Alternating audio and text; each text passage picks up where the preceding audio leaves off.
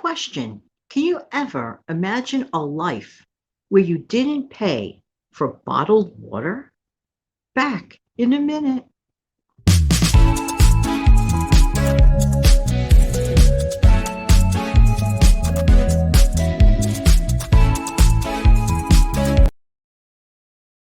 Hi, this is Jen. I'd like to help people keep their money. Back in the day, there was a classic TV show where a little kid was bribing people to buy water from him. Back in the day, in the late 50s, I believe that show, specifically that episode was created. It was unthinkable. And even the dad told the kid, how can you take advantage of the neighbors? Little did they know at that time that buying bottled water would become the norm. That's the way it is. Now, we're not talking about so much bottled water today, but we are going to deep dive, pun not intended, deep dive into water today and how can we save money. So I have some 10 important facts about when we do use water and some ideas to help us save a little here and save a little there. It all adds up. No savings is too small, especially these days. Okay, so according to my research, this really kind of like blew my mind away. When you wash your car, a person can use up to 100 gallons of water. 100 gallons of water is a lot of water. So maybe one could consider washing their car less often. Just saying, just saying.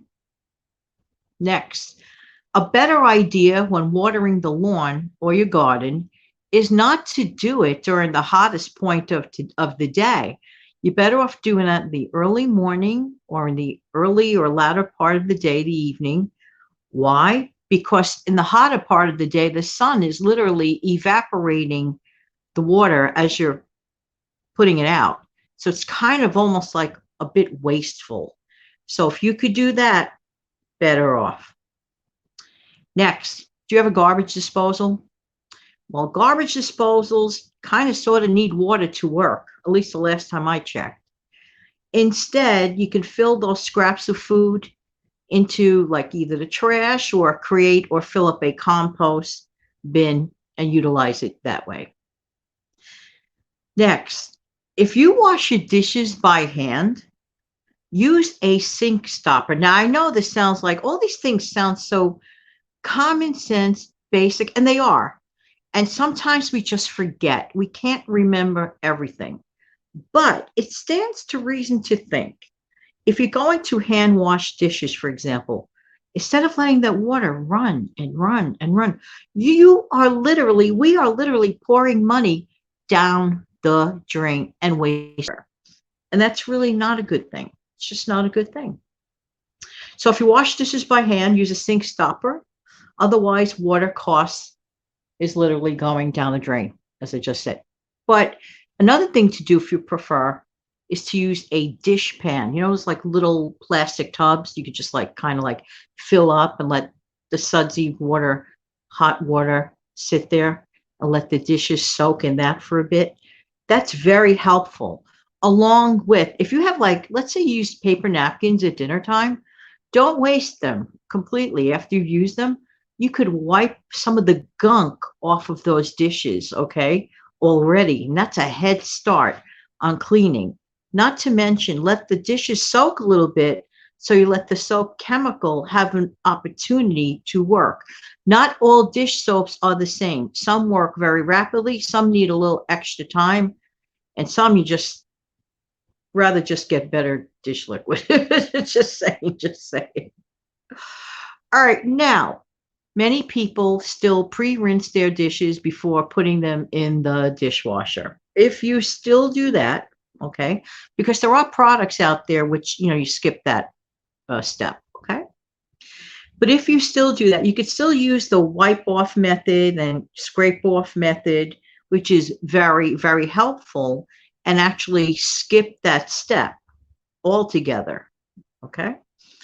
But if you insist on rinsing, if you still rinse your dishes before using the dishwasher, like I said, first scrape off and then actually use cold water for the sink rinse before adding it to your dishwasher.